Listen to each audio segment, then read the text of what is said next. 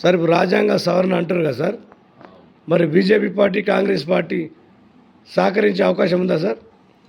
సహకరించాలి. ఇప్పుడు నిన్న మేము ఏదైతే ఇక బీసీలకు వేరే మార్గం లేదు, ఇంకా జీవన్మరణ సమస్యగా మారింది. ఎందుకంటే సర్పంచులు కూడా అయ్యే పరిస్థితి లేదు, ఎంపీటీసీ మెంబర్ కూడా అయ్యే పరిస్థితి లేదు.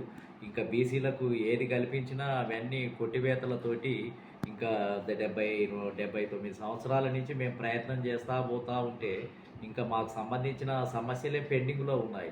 రాజకీయ రిజర్వేషన్ లేవు, విద్యా ఉద్యోగ రంగాల్లో సరిపడలేవు, స్థానిక సంస్థలకు కూడా ఇప్పుడు కొట్టివేసిండ్రు. కాబట్టి ఇప్పుడు మా సమస్యను ఈ తెలంగాణ రాష్ట్రంలో ఉన్న పార్టీలు, కాంగ్రెస్ పార్టీ అర్థం చేసుకుంది, అదేవిధంగా మరి బీజేపీ కూడా అర్థం చేసుకునే కదా మద్దతు ఇచ్చింది. మేము సిద్ధమే అని చెప్తున్నారు కదా.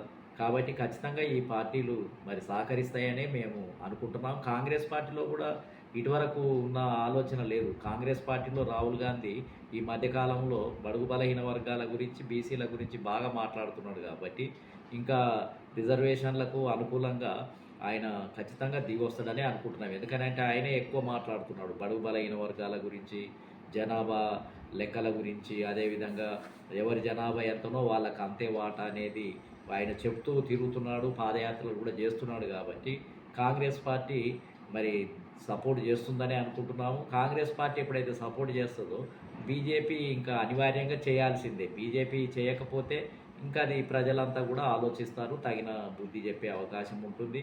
కాబట్టి బీజేపీ కూడా మరి నిన్న బంధు ఇచ్చింది. కాబట్టి ఇక్కడున్న రాష్ట్ర కమిటీ మరి బీజేపీ జాతీయ దాన్ని కూడా ఒప్పిస్తాం. మేము కూడా డైరెక్ట్గా ఈ బీసీ జేఏసీ కూడా కేంద్రంలో ఉన్న బీజేపీ పార్టీని కలుస్తాము, మోడీని కూడా కలుస్తాము, దీని తీవ్రతను వారికి తెలియజేస్తాము.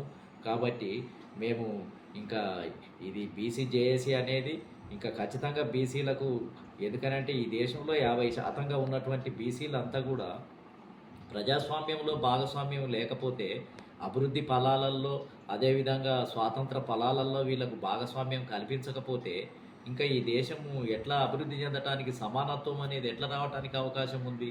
సగం మంది జనాభా దూరంగా ఉంటే సమానత్వం కాదు, అసమానత్వంతో ఉంది అనే దానికి కారణం. కాబట్టి మేమైతే గట్టి నమ్మకంతో ఉన్నాం. మరి ఖచ్చితంగా ఈ రెండు పార్టీలు సహకరిస్తాయని మేము అనుకుంటున్నాం.